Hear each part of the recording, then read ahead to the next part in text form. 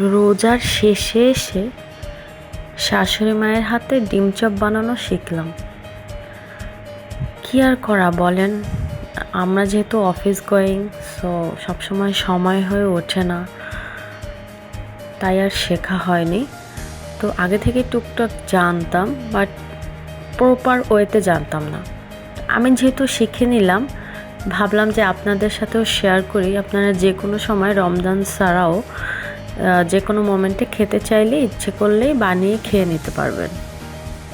তো এটার জন্য ফার্স্টে কিছু আলু নিয়েছি এবং আলু আমি সেদ্ধ করে নিলাম।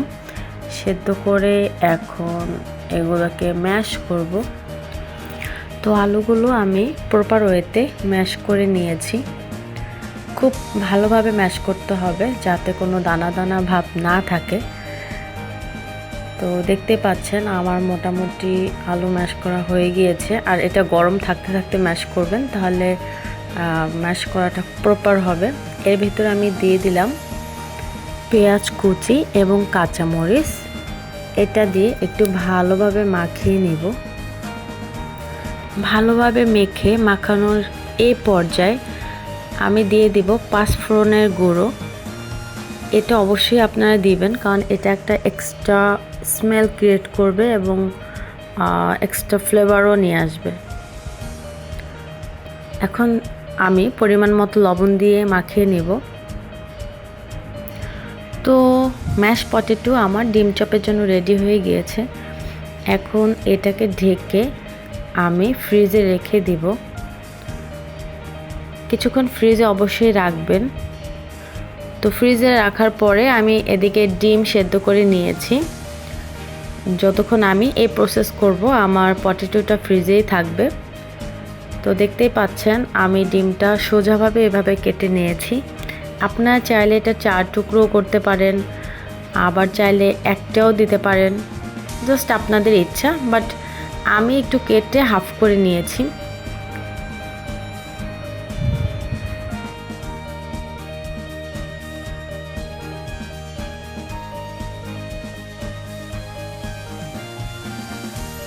এখন ফ্রিজ থেকে ম্যাশ পটেটো নামিয়ে নিয়েছি এবং এখন আমি ভাজার জন্য প্রিপেয়ার করব।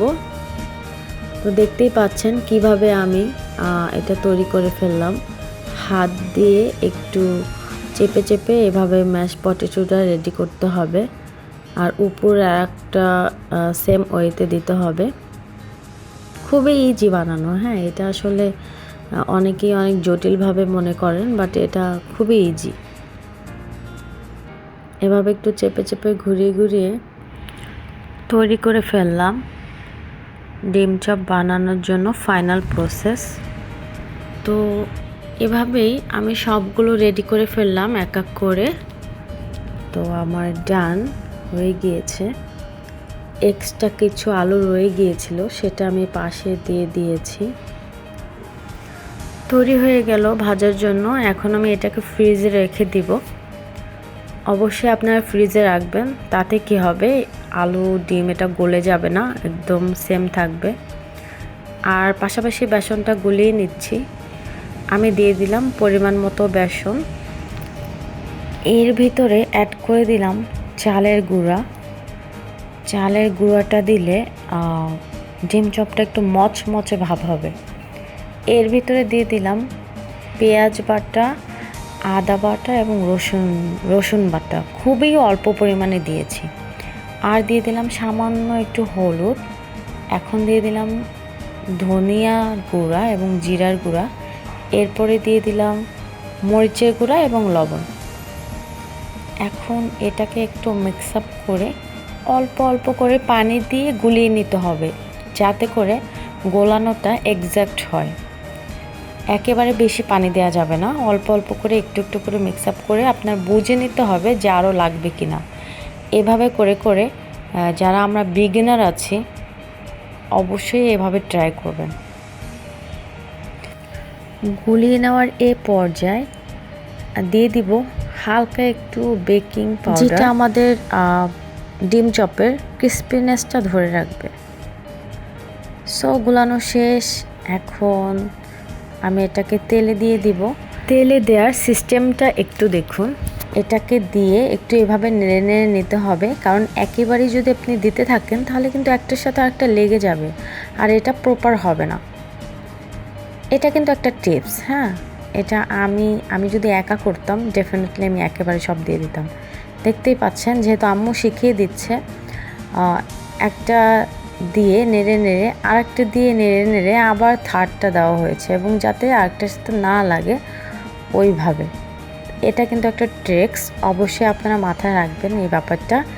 এতে করে কি হবে, ডিম চপটা খুবই সুন্দর আর মানে একটা স্মুথ এরকম একটা ভাব দেখাবে। তো ডিম চপ হয়ে গেছে, খুবই ইয়াম্মি। এটার সাথে আজকে আমাদের মেনু ছিল হলুদ রাইস। অন্য কোনো একদিন আমি এটাও তৈরি করে আপনাদের দেখাবো। দেখতেই পাচ্ছেন ডিম চপটা কত সুন্দর হয়েছে, আপনারা অবশ্যই ট্রাই করবেন। নিত্য নতুন ভিডিও দেখার জন্য অবশ্যই আমার চ্যানেলটি সাবস্ক্রাইব করবেন, লাইক করবেন, শেয়ার করবেন। এই ছিল আজকের ভিডিও। টিল দেন, আল্লাহ হাফিজ।